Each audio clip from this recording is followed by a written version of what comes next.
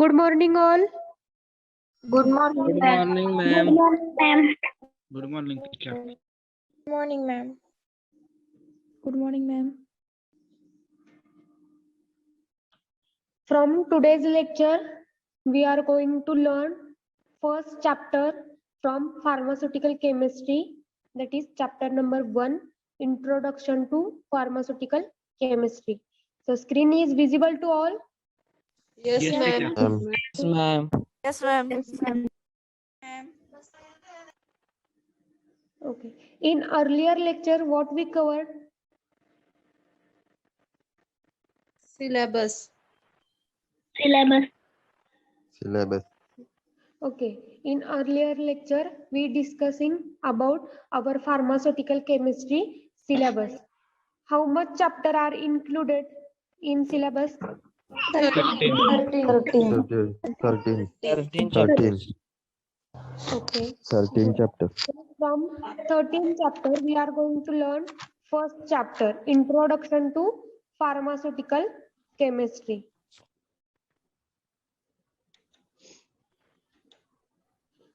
So in that first chapter, there is a beat by beat we are going to learn. So syllabus बघा पहिल्या chapterचा. First is a scope and objective. So firstly, we have to learn scope and objective of pharmaceutical chemistry.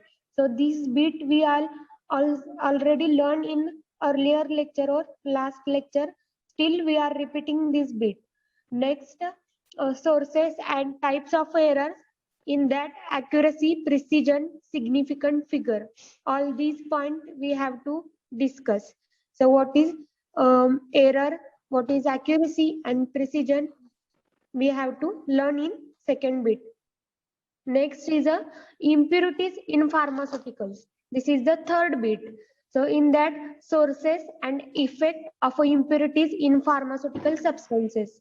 So we have to learn sources and effect of impurities. So how sources means everyone mute yourself.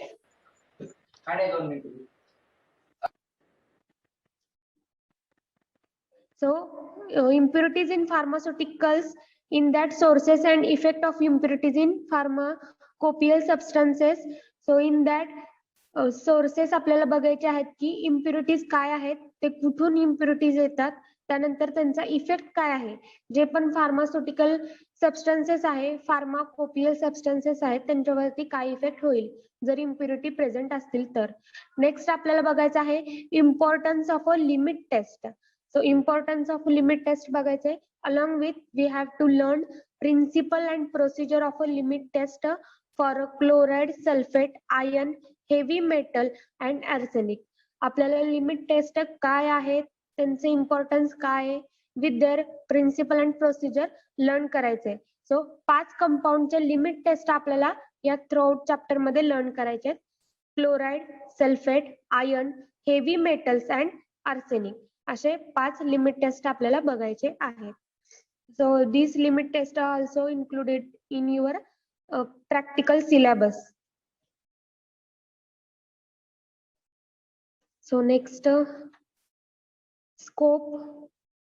In that, the pharmaceutical chemistry is designed to impart basic knowledge on the chemical structures, chemical name, chemical structure, storage condition, and medicinal uses of organic and inorganic chemical substances used as drugs and pharmaceuticals.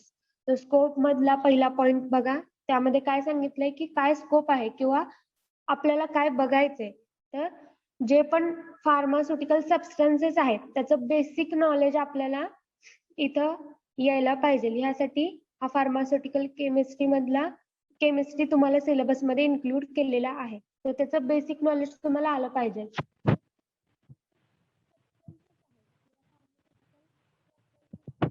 त्यातलं काय important आहे, कशाचं basic knowledge असलं पाहिजे. तर their chemical name, chemical structure, storage condition and medicinal uses of organic and inorganic chemical substances. Organic आणि inorganic chemical सबस्टन्सेसचा आपल्याला स्टडी करायचा आहे. So used as a drug and pharmaceutical. जे काय ड्रग आणि फार्मास्युटिकल्स मध्ये जे पण केमिकल्स तुम्हाला इन्क्लूड आहेत त्या सगळ्यांचा आपल्याला इन डिटेल स्टडी करायचा आहे. नेक्स्ट आहे also the pharmaceutical chemistry discuss the impurities quality control aspect of a chemical substances used in a pharmaceutical. त्यानंतर फार्मास्युटिकल केमिस्ट्री जे आहे ते काय डिस्कस करतंय, so impurities quality control aspect of a chemical substances. ज्या पण impurities arise होतात त्या का अराईज होतात, ते मिनिमाइज कसं केलं पाहिजे, हे सगळे पॉइंट आणि एखाद्या फार्मास्युटिकल सबस्टन्सेसची क्वालिटी कशी मेंटेन केली पाहिजे, हे सगळं आपल्याला फार्मास्युटिकल केमिस्ट्री ह्याच्यामध्ये बघायला मिळणार आहे. So aspect of a chemical substances used in a pharmaceutical, हा आस्पेक्ट घेऊन हा केमिकल सबस्टन्सेसचा स्टडी करायचा आहे. This is the scope.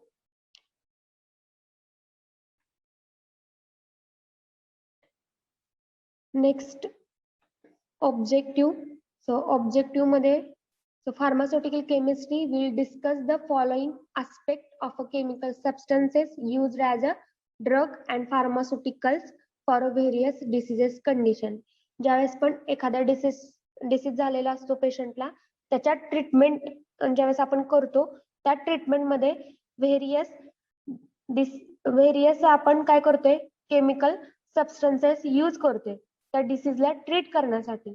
मग त्याचा आपल्याला बेसिक नॉलेज असलं पाहिजे की कोणता सबस्टन्स कधी आपण ट्रीटमेंट मध्ये यूज केला पाहिजे. ह्याच्यासाठी आपल्याला त्याचे व्हेरियस पॉइंट आपल्याला माहित असले पाहिजे. मग या फार्मास्युटिकल केमिस्ट्री मध्ये आपल्याला हेच डिस्कस करायचे, म्हणजे प्रत्येक सबस्टन्स आपल्याला इन डिटेल स्टडी करायचा आहे. In that we have to learn chemical classification, chemical name, chemical structure. मग त्यामुळे प्रत्येक सबस्टन्सचं आपल्याला काय करायचंय, केमिकल क्लासिफिकेशन लर्न करायचंय, केमिकल नेम त्याचं लर्न करायचंय अँड केमिकल स्ट्रक्चर त्याचं लर्न करायचं आहे. Along with pharmacological uses, doses, stability and storage condition.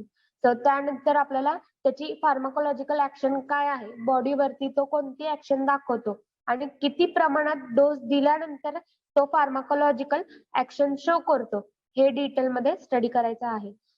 After that stability and storage condition. So एखादा केमिकल सबस्टन्सची स्टॅबिलिटी कुठपर्यंत आहे, त्याला कोणत्या कंडिशन मध्ये स्टोअर केल्यावर तो त्याची जास्त स्टॅबिलिटी आणि त्याचा फार्माकोलॉजिकल ऍक्शन जास्ती दाखवतो, हे आपल्याला बघायचं आहे. And after that different types of formulation, dosage form available and their brand name. So different type of formulation मध्ये काय बघायचं आपल्याला, जे पण केमिकल सबस्टन्सेस आहेत ते कोणत्या कोणत्या डोसेज फॉर्म मध्ये किंवा व्हेरियस फॉर्म्युलेशन मध्ये ते मार्केटमध्ये अवेलेबल आहेत आणि त्यांचे ब्रँड नेम काय आहेत. म्हणजे रिसेंट सर्वे पण आपल्याला इथं बघायचं आहे की रिसेंटली कोणते ड्रग्ज आहेत की जे मार्केटमध्ये जास्त यूज केले जातात, त्यांचं ब्रँड नेम काय आहे हे पण आपल्याला बघायचं आहे. Next impurity testing and basic quality control test. So ज्या वेळेस पण एखादा फार्मास्युटिकल सबस्टन्स आपण हँडल करत असतो, एक्सपेरिमेंट करत असतो, त्यासोबत बऱ्याचदा काय होतं, इम्प्युरिटी पण इन्क्लूड होतात. मग त्या इम्प्युरिटी रिमूव्ह करण्यासाठी किंवा इम्प्युरिटी का राईज होतात हे आपल्याला बघायचंय, त्या मिनिमाइज कशा केल्या जातात हे आपल्याला बघायचंय. त्यानंतर इम्प्युरिटीची टेस्टिंग करायची आहे आणि त्या फार्मास्युटिकल प्रोडक्टची किंवा सबस्टन्सची आपल्याला काय करायचंय, क्वालिटीचं कुठेतरी कंट्रोलिंग करायचं आहे. म्हणजे तो जो फार्मास्युटिकल सबस्टन्स आहे तो आपल्याला प्युअर फॉर्म मध्ये तिथं घ्यायचा आहे. त्यासाठी इम्प्युरिटी अँड इम्प्युरिटी टेस्टिंग हे खूप इम्पॉर्टंट आहे. हे सगळं आपल्याला सिलेबस मध्ये थ्रूआउट इयरच्या सिलेबस मध्ये आपल्याला हे डिस्कस करायचं आहे. So this is the objective of a pharmaceutical chemistry. So scope and objective समजले? Yes, yes, ma'am. Teacher. Ma'am. Yes, Okay. ma'am. Yes, ma'am. Okay, next बघा. नेक्स्ट आहेत sources and types of a error. So it has been said that reliability, reproducibility and accuracy are the basis of a analytical chemistry. So ज्यावेळेस पण आपण sources and types of errors बघतो त्यावेळेस हा study कशाच्या under येतो, कोणत्या फील्डच्या अंडर येतो, अनालिटिकल केमिस्ट्री. सो अनालिटिकल केमिस्ट्रीचा बेस काय आहे तर reliability. So meaning of a reliability means confirm or quality being trustworthy. So आपल्याला रिलायबल म्हणजे काय आहे की लायबल म्हणजे काय की एखाद्या गोष्टीवरती विश्वास. सो आपल्याला इथं रिलायबल, रिप्रोड्युसिबिलिटी म्हणजे रिपीटेड रिझल्ट. एखादा एक्सपेरिमेंट परफॉर्म केल्यानंतर, वेट फॉर 1 मिनिट.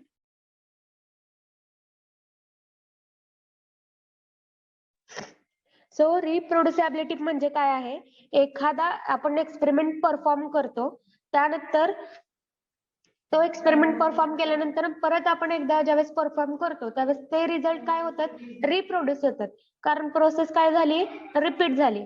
मग दोन्हीमध्ये जर आयडियली बघायला गेले तर दोन्ही एक्सपेरिमेंट परफॉर्म केल्यानंतर आपल्याला रिझल्ट कसा पाहिजे, सेम पाहिजे का डिफरंट पाहिजे? Same. Same. Same.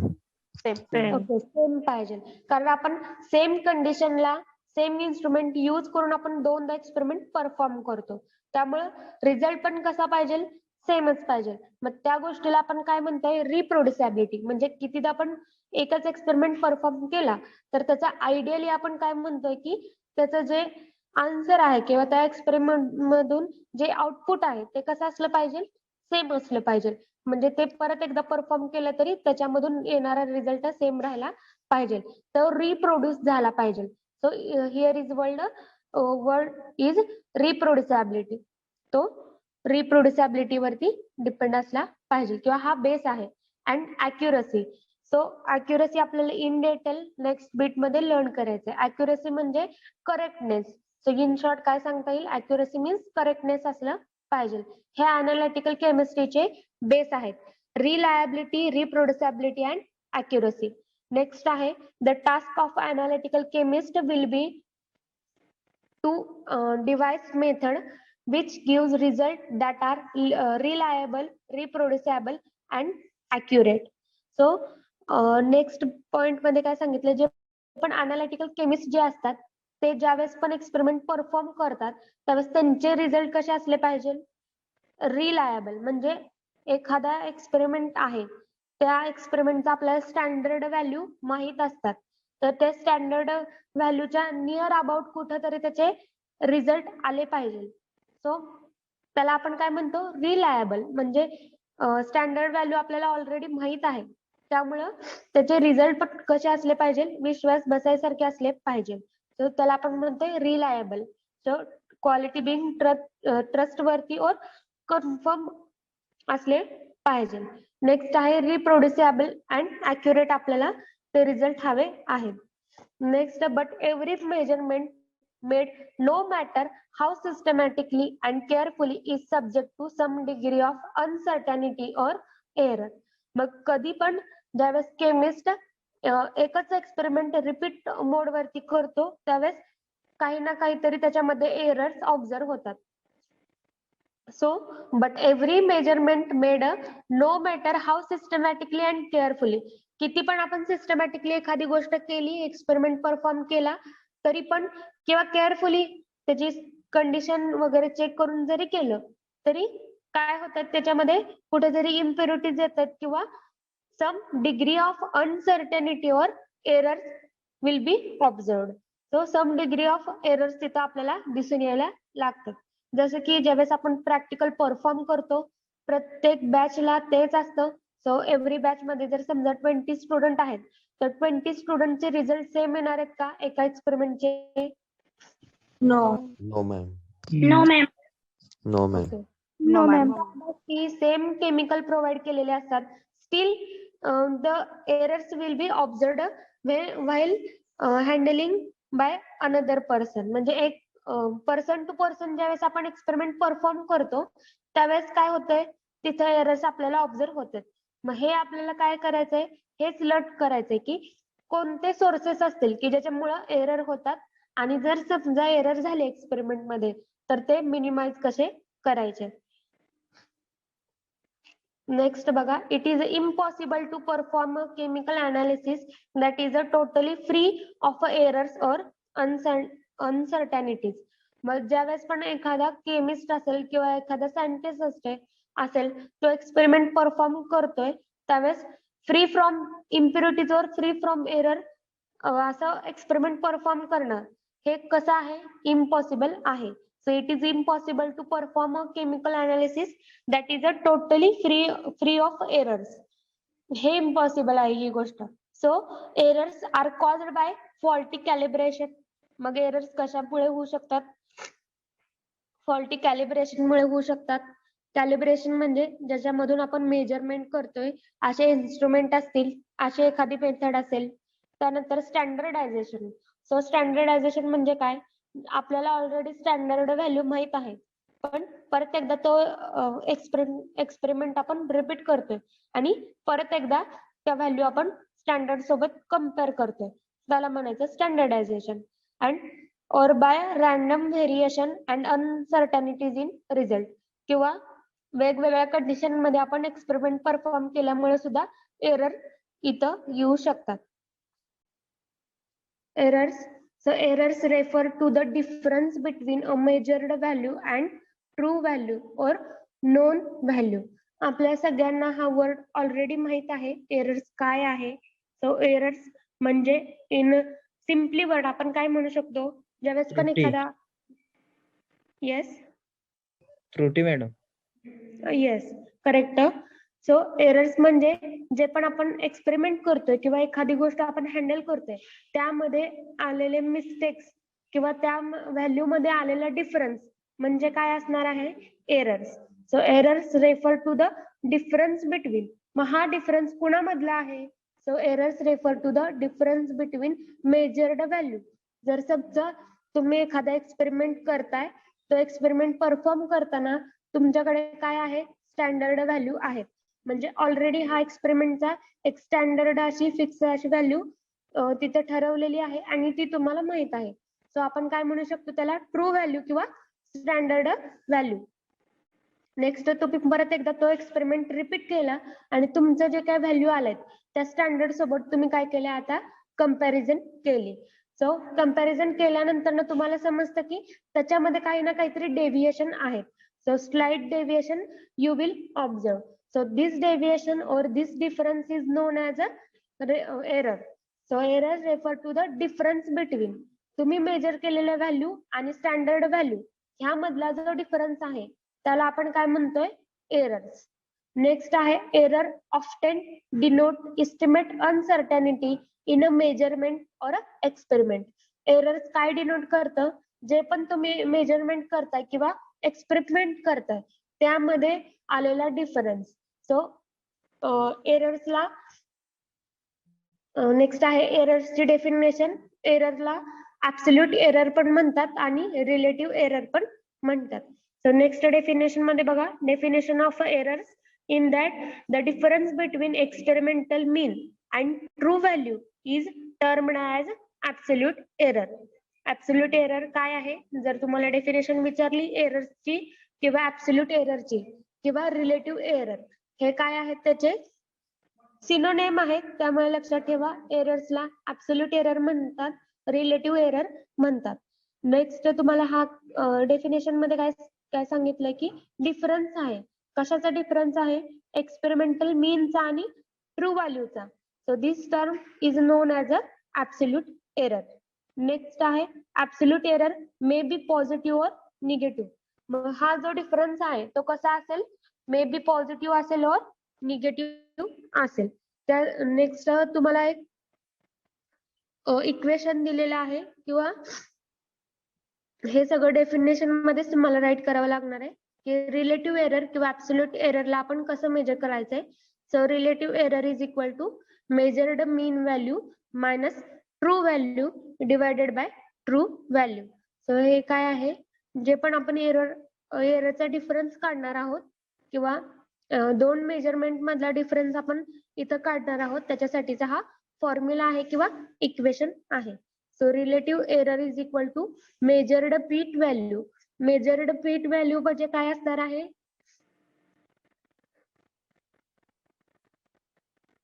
Measured mean value म्हणजे काय असणार आहे?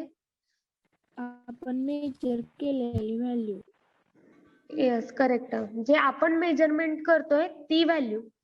सो इथं फॉर्म्युलामध्ये तुम्हाला काय पुटअप करायचंय की मेजर्ड मीन व्हॅल्यू मध्ये तुम्ही एक्सपेरिमेंट केल्यानंतर जी व्हॅल्यू आली आहे त्याचं जे मीन आहे तो इथं पुटअप करायचंय. त्यानंतर true value. So true value म्हणजे काय असणार आहे आता? Standard value. Standard standard value. मग तुम्हाला रिलेटिव्ह एरर काढण्यासाठी किंवा ऍब्सोल्यूट एरर काढण्यासाठी दोन व्हॅल्यूची गरज आहे, एक स्टँडर्ड आणि एक मेजर्ड. त्यानंतर फर्स्टली तुम्ही काय करणार आहात, जे पण मेजर्ड व्हॅल्यू आहे त्यामधून स्टँडर्ड व्हॅल्यू मायनस करणार आहात आणि जे पण तुमचं आन्सर येईल त्याला डिवायडेड बाय ट्रू व्हॅल्यू हे करणार आहात. तर हा फॉर्म्युला समजला? Yes ma'am. Yes, teacher. Yes, ma'am. Yes, ma'am. Yes, ma'am. Yes ma'am. Okay. Yes, ma'am. Okay. एरर्सची डेफिनेशन बघा. Experimental mean and true value is a term as a absolute error. तर absolute error काय आहे? Difference आहे experimental मीन आणि true value मधला. So experimental value का दिले नाही त्यांनी, मीन का दिले? Because when we are performing the experiment and comparing this value to the standard, we have to perform each experiment 3 times. ज्यावेळेस पण एखादा आपण एक्सपेरिमेंट परफॉर्म करतो आणि त्याची व्हॅल्यू जर आपण स्टँडर्ड सोबत कम्पेअर करत असू तर प्रत्येक एक्सपेरिमेंट आपल्याला 3 टाइम्स रिपीट करावा लागतो. त्यानंतर रिपीट केल्यानंतर त्याचे जे काय व्हॅल्यूज येतात किंवा मेजरमेंट येतात ते आपल्याला काय करावं लागतं, त्याचा मीन काढावा लागतो. त्यासाठी इथे डेफिनेशन मध्ये पण काय सांगितलंय, difference between experimental mean and true value is a term as a absolute error. जे पण आपण एक्सपेरिमेंट करतोय त्याचा मीन घ्यायचा आहे आणि स्टँडर्ड व्हॅल्यूला काय म्हणताय तिथं, ट्रू व्हॅल्यू, त्याच्यासोबत कंपॅरिझन करून डिफरन्स काढायचा आहे. नेक्स्ट बघा accuracy. So next आहे accuracy. The term accuracy refer to the agreement of experimental result with the true value and it is usually expressed in terms of errors. जे पण accuracy आहे, so accuracy precision हे आपण daily life मध्ये सुद्धा हे word आपण कुठे ना कुठे तरी यूज करतो. सो accuracy म्हणजे काय आहे? अचूकता. अचूकता. हा, त्यामधला करेक्टनेस जे आपण म्हणतो ते म्हणजे accuracy. So accuracy means close to the true value. So simply आपल्याला कसं सांगता येईल, accuracy म्हणजे काय आहे, जे ट्रू व्हॅल्यू आहे किंवा स्टँडर्ड व्हॅल्यू आहे त्याच्या जवळपासची व्हॅल्यू किंवा close to the true value is known as a accuracy. The term accuracy refer to the agreement of experimental result with the true value. जे पण एक्सपेरिमेंटल रिझल्ट आहे ते त्याला आपल्याला काय करायचंय, कंपॅरिझन करायचंय ट्रू व्हॅल्यू सोबत आणि it is usually expressed in terms of a error. ज्यावेळेस पण आपण अॅक्युरसी मेजर करतो तर मोस्टली आपण काय करतो, त्यातल्या चुका बघायला लागतो. सो एरर्स मध्येच आपण मेजर करताना करतो. Next, in scientific experiments it is known that true value is not known. जर आपण सायंटिफिक एक्सपेरिमेंट मध्ये बघितलं तर आपल्याला असं समजतं की ट्रू व्हॅल्यू आपल्याला माहित नसतात. So it is simply the value that has been accepted and is usually means calculated from the results of a several determination from many laboratories employing a different techniques. So आपल्याला माहितीये की सायंटिस्टने already आपल्याला standard value काढून दिलेत, त्यामुळे आपण काय करतोय, एरर्स मेजर करू शकतो. पण समजा की एखाद्या गोष्टीची स्टँडर्ड व्हॅल्यूच नसेल तर ते काय करतायत, सायंटिस्ट काय करतायत, तेच एक्सपेरिमेंट व्हेरियस कंडिशन मध्ये किंवा व्हेरियस एम्प्लॉईज कडून व्हेरियस लॅबोरेटरीज मध्ये परफॉर्म करून घेतात आणि त्या परफॉर्मन्स मधून जो पण रिझल्ट येतोय त्या रिझल्ट वरती ते फिक्स्ड व्हॅल्यू किंवा स्टँडर्ड व्हॅल्यू तिथं ठरवतात. So in scientific experiment it is known that true value is not known. जर सायंटिफिक एक्सपेरिमेंट मध्ये जर आपण बघितलं तर स्टँडर्ड व्हॅल्यू नसते. त्यानंतर it is simply the value that has been accepted आणि युजली मीन्स कॅल्क्युलेटेड. जे पण मग सिम्पली काय करायचं आपल्याला, स्टँडर्ड व्हॅल्यू नसतील तर सायंटिस्टनी काय केलंय की एव्हरी व्हेरियस लॅबोरेटरीज किंवा एम्प्लॉईज कडून डिफरंट टेक्निकनी तो एक्सपेरिमेंट परफॉर्म करून घेतलाय आणि त्यामधून ज्या व्हॅल्यू निघालेत त्या कम्पेअर केल्यात आणि कंपॅरिझन मध्ये जे सिमिलर जे व्हॅल्यूज आहेत ती ऍज अ स्टँडर्ड वर फिक्स्ड व्हॅल्यू म्हणून तिथं ठरवलेली आहे. So this is non as a accuracy. So हे अॅक्युरसीचं इंट्रोडक्शन आहे. अॅक्युरसीचा कोणता फॉर्म्युला नाहीये किंवा प्रेसिजनचा कोणता असा फॉर्म्युला नाहीये. बट अॅक्युरसीला आपण कसं रेफर करतो, अॅक्युरसी म्हणजे close to the true value. Simply सांगायचं झालं तर अॅक्युरेट ज्यावेळेस आपण म्हणतो ते स्टँडर्ड व्हॅल्यूच्या जवळपासची value means accurate. Don't draw anyone. Next आहे precision. So precision may be defined as the degree of agreement between various results of the same quality. So precision ला simply आपण काय म्हणू शकतो, precision हे जे precision आहे ते accuracy च्या इंटरलिंक असा वर्ड आहे. So accuracy आणि precision हे सिमिलर नेचरचे वर्ड आहेत. मग प्रिसाइज म्हणजे काय, near about accurate. So precision may be defined as the degree of agreement between various results of the same quality. ज्यावेळेस पण आपण एक्सपेरिमेंट परफॉर्म करतो त्यावेळेस सेम क्वालिटीचे परफॉर्म करतो, सेम केमिकल सेम क्वालिटीचे सेम कंडिशन मध्ये आपण परफॉर्मन्स करत असतो. त्यामध्ये प्रिसाइज म्हणजे काय, रिलेटेड टू द कॅलिब्रेशन. म्हणजे हा पॉइंट कसा आहे, इन्स्ट्रुमेंट वरती टोटली डिपेंड असतो. So precise depend upon in instrumental resolution. So precision हा वर्ड कशाच्या रिलेटेड येतो, एखाद्या इन्स्ट्रुमेंटच्या रिलेटेड येतो. सो जेवढं इन्स्ट्रुमेंट हाय रिझोल्युशनचा असेल तेवढं आपल्या रिझल्ट मध्ये प्रिसिजन येणार आहे किंवा अॅक्युरसी येणार आहे. सो अॅक्युरसी आणि precision both word are interlink to each other but slightly difference in their meaning. So precision हा इन्स्ट्रुमेंट वरती डिपेंड आहे. So precision depend upon instrumental resolution. So that's why precision may be defined as a degree of agreement between various result of the same quality. जे पण result आपण various experiment करतोय आपण various laboratories मध्ये, so तिथं जे use केले जाणारे केमिकल्स आहेत ते कसे असले पाहिजे, सेम क्वालिटीचे. Next, it is refer to the reproducibility of a result. Good precision are not necessarily accurate.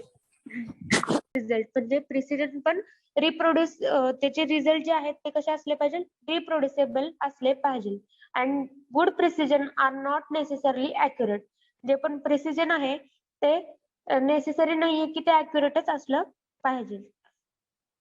Next, constant error may be always yield a reproducible result it deviating accuracy. जे पण ज्यावेळेस पण आपण एखादा गोष्टीचा कॉन्स्टंट रिझल्ट काढायचं बघतो, reproduce करायला बघतो, त्यावेळेस तिथं एरर्स हॅपन होतात आणि अॅक्युरसी पासून ते कुठेतरी डेव्हिएट झालेलं असतं. सो स्टँडर्ड व्हॅल्यू पासून डेव्हिएशन तिथं अराइज होतं आणि त्या प्रोसेसला आपण एरर म्हणतो. त्यामुळे ते रिझल्ट अॅक्युरेट होत नाही. नेक्स्ट आहे, an analytical chemist always attempt for a reproducible result to assure the highest possible accuracy. म्हणजे पण अनालिटिकल केमिस्ट आहेत ते प्रत्येक वेळेस एकच एक्सपेरिमेंट रिपीट का करून बघतात किंवा ती व्हॅल्यू परत एकदा रिपीट का करून बघतात, कारण त्यांना काय अचीव्ह करायचं असतं, अॅक्युरसी आणि प्रिसिजन अचीव्ह करायचं असतं. सो जी ट्रू व्हॅल्यू आहे किंवा जी स्टँडर्ड व्हॅल्यू आहे त्याच्या नियर अबाउट व्हॅल्यू आल्या पाहिजे.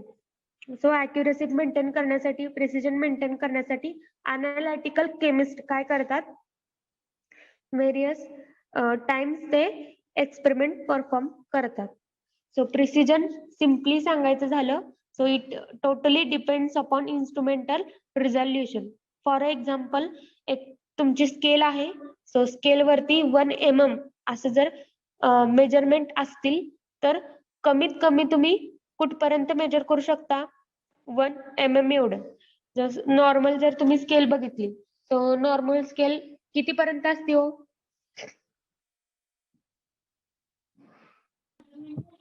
15 सेंटीमीटर. 50 centimeter. 10 centimeter. 3 सेंटीमीटर एवढी नॉर्मल तुमची स्केल असते. मग त्याच्यामध्ये तुम्ही तिथं रेषा बघता. सो त्या रेषा म्हणजे काय आहेत? 1 mm ची लाईन्स असतात. सो मिनिमम तुम्ही कुठपर्यंत मेजर करू शकता? Starting from 1 mm. त्यानंतर तुम्ही जर समजा ती स्केलच्या ऐवजी व्हर्नियर कॅलिपर जर घेतली, तर व्हर्नियर कॅलिपरची मिनिमम स्ट्रेंथ काय आहे? 0.01 सेंटीमीटर. सो जेवढं त्या इन्स्ट्रुमेंट वरती डिपेंड असतात, की डिपेंड आहे की तुम्ही किती प्रिसाइजली तुम्ही ते वर्क करू शकता. So precision is totally depend upon instrumental resolution. जर तुमच्याकडे एखादा एक्सपेरिमेंट परफॉर्म करताना एक्झॅक्ट इन्स्ट्रुमेंट जर असेल तर तेवढे तुम्ही प्रिसाइजली वर्क करू शकता. जर समजा त्या इन्स्ट्रुमेंटचे स्वतःची कपॅसिटी नसेल अॅक्युरेट रिझल्ट शो करण्याची, सो तिथं काय आहे? प्रिसिजन कुठेतरी प्रिसिजन मध्येच एरर येणार आहे. So precision depends upon instrumental resolution. So 1 mm जर तुम्हाला मेजर करायचं असेल तर तुम्ही नॉर्मल स्केल यूज करताल. जर तुम्हाला त्याच्यापेक्षा जास्त अजून रिझोल्युशन पाहिजे असतील, so according to need of experiment तुम्हाला इन्स्ट्रुमेंट यूज करायचे आहेत. So totally it depends upon instrument. So accuracy आणि प्रिसिजन मधला डिफरन्स समजला? Yes, ma'am. Yes, ma'am. Yes, ma'am. Okay. Accuracy ही कशावरती डिपेंड आहे? जसं आपण एक्सपेरिमेंट हँडल करतो, केमिकल्स हँडल करतो, किंवा एखाद्या एक्सपेरिमेंटची मेथड जशी आपण हँडल करतो त्याच्यावरती अॅक्युरसी डिपेंड आहे. Means accuracy is a totally depend on that person and precision is a totally depend on instrument. So ह्या दोन्ही मध्ये हा बेसिक डिफरन्स आहे. एरर्स काय आहे?